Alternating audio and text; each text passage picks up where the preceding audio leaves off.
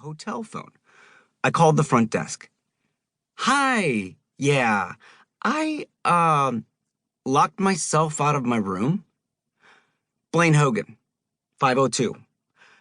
Nope, no, I do not have the extra key on my person. I'm sorry? Come down to the lobby? You can't have someone come up here? You need to identify me. Yeah, sure, that makes total sense. No, we wouldn't want that. Um, okay, I will be right down.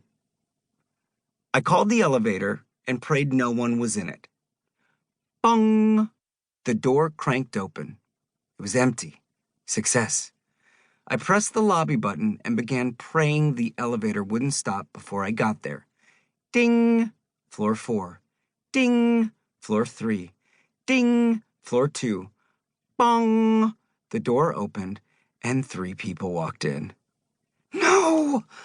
Okay, Blaine, keep your head down. Act normal, like you're European, going for a late night swim at a hotel that doesn't have a pool. I glanced up. Lanyards. No! Blaine? Blaine Hogan? Hi. Yep. Weird story. I locked myself out of my room, and so here is me. Here I am. It's possible that I've never felt more humiliated in my life. Finally, the elevator door opened to the lobby, which was even more crowded by now. Dang, creative conference people really know how to party. Of course, we all know the well-worn advice to the speaker who's about to head out on stage. Just picture everyone naked. But I'm quite certain that no one has ever told the audience to picture the speaker nearly nude, parading through the lobby at midnight the night before the conference. Heads were turning. I had to respond before the questions began pouring in. Too late. Hi! Hey there. Yep, crazy. Locked myself out of my room. Nope, didn't prop it open. Next time, though, for sure. Nope, no extra key. I mean, where would I finally stood at the front desk. Without pockets to hide my sweating hands, I put one on my hip and let the other casually rest by my side as the kind lady on the night shift matched my face to my driver's license photo she'd saved on her computer. You're wearing a little more in this photo, she chuckled.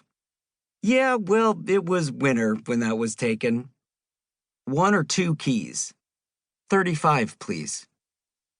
Clutching a tiny hotel-branded envelope packed with 2 plastic key cards, I sauntered back the way I'd come. When the elevator door opened, I turned to the onlookers, who were still a bit in shock, and shouted, "See you in the morning, and if you leave your room, don't forget your keys." They applauded my efforts. In return, I bowed graciously and backed into the elevator.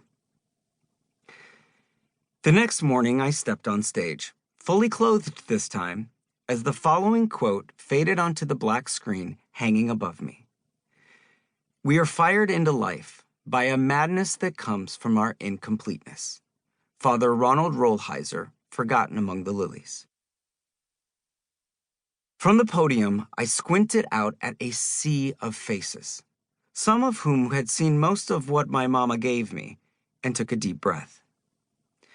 I was about to bear myself in a different kind of way. Less humiliating, I hoped, but more vulnerable, to be sure. Maybe those conference attendees expected a 3-step plan for making good content, or perhaps a foolproof process for creativity under enormous deadlines and pressure. I'd not intended a bait and switch, but something about standing in the lobby in my underwear the night before made me rethink everything I'd planned to say that morning. The audience hoped for my trade secrets. I offered them my story instead. And with it, how my understanding of creativity, imagination, and courage came not by making art, but by hitting rock bottom. The truth was, my life had exploded.